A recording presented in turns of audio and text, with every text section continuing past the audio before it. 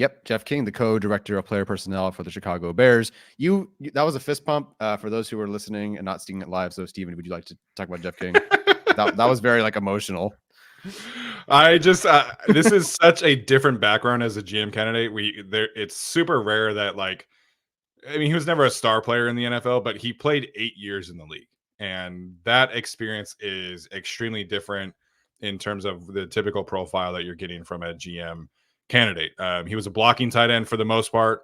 He also played basketball at the University of Virginia Tech.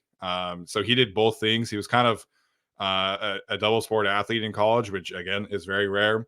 Despite his profile as a player, he decided to truly grind it out as a scout and an analytics grunt intern with the Chicago Bears. He rose up in pro personnel in terms of kind of adding free agents. That's kind of what he does for the Chicago Bears right now. He's inside of that realm. But it's just a unique approach because you're getting a former player who was a physical blocking tight end. He also came up in the league in analytics, and that approach has really helped him rise through the ranks as a personnel standpoint. He's been well respected for his work on day 3 prospects in Chicago, as well as kind of signing low-key free agents. He's been given credit for the draft pick of Braxton Jones, among others, who is a 5th-round pick who's been a quality starting left tackle for them. Guys like Justin Jones, who signed from the Chargers, that's a guy who signed there largely because of Jeff King's work. So there's a lot of kind of the margin things that I think would be really cool here.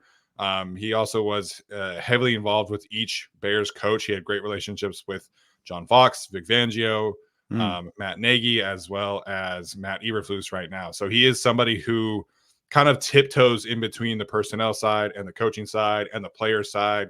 Players go to him for advice pretty often. So this is more of a leadership GM as opposed to he's somebody who is he has obviously the scouting stuff with him, but it's very different than this guy has drafted really well. This guy has signed a lot of key free agents. This guy's into analytics. This guy's into cap. Jeff King kind of does all of that while also having the ability to say, hey, I played in the league recently. I played for quite a while, and I have that background with him as well. So he is, to me, one of the more interesting candidates right now. I think there are better candidates, but in terms of just intrigue, I would love to see what Jeff King would look like.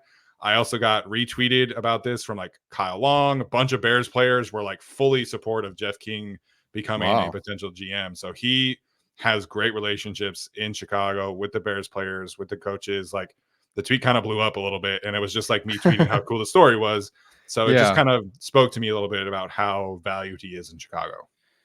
That's fascinating. I didn't know you got all the love. So first off, congratulations. I love that this is an individual. It's funny that Cunningham's same way as a former player. There's different backgrounds here. This is a very, very different background. And I do love just looking through his resume and seeing how many years he's spent working, climbing up the ladder to get to this point. And maybe he's not a GM this year, but maybe he's assistant GM coming up. Let's say if Cunningham leaves, he's assistant GM and keeps rising through there. That's really cool. And I do love that you mentioned that he is close to the players, is respected by players. Players will go to him. That's very, very important. I don't know that was the same with Telesco. Not that he wasn't friendly, not that he wasn't a good guy. Yeah. But Jeff King, it just seems, especially if you're already getting player endorsements on social media from former, well-known players, it seems like he's a guy who really connects with his players in a way that makes you want to stay there, makes you want to work there, and get paid to be there, of course. So that's great. And I think it is worth something for any candidate who has it to know what it is like to be out there. And also for those who want Brock Bowers, he's probably picking Brock Bowers. I'm just saying, I think the former tight end is going to pick Brock Bowers for what it's worth. And I could just see Jeff King and Mike Vrabel just being a great fit. I don't know why that really stood out to me. Two guys who have played in the league, very player friendly culture. I think that would make a lot of sense to me. He is kind of a younger guy in terms of front office experience. So I think Jeff King, again, I don't think he's necessarily a top guy. If you believe the reports, Adam Peters and Ian Cunningham are only interested in the Washington job. So we'll see what happens there. The Chargers have not officially requested for Ed Dodds. Joe Hortiz doesn't have any requests, at least publicly at this point.